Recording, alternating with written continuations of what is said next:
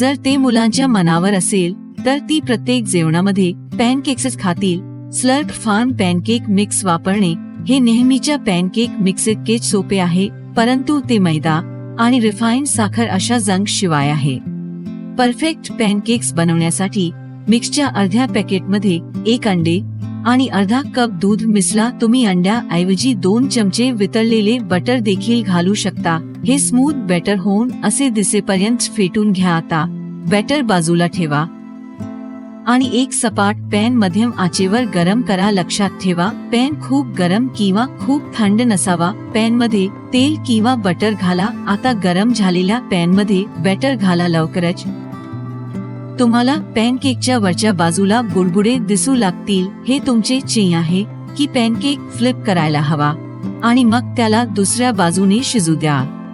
Pancakes तयार झाल्यावर त्यांना फळे, मध किंवा पीनट बटर सारख्या तुमच्या लहान मुलाच्या आवडत्या टॉपिंग्स बरोबर सर्व्ह करा. खाण्याचा आनंद घ्या.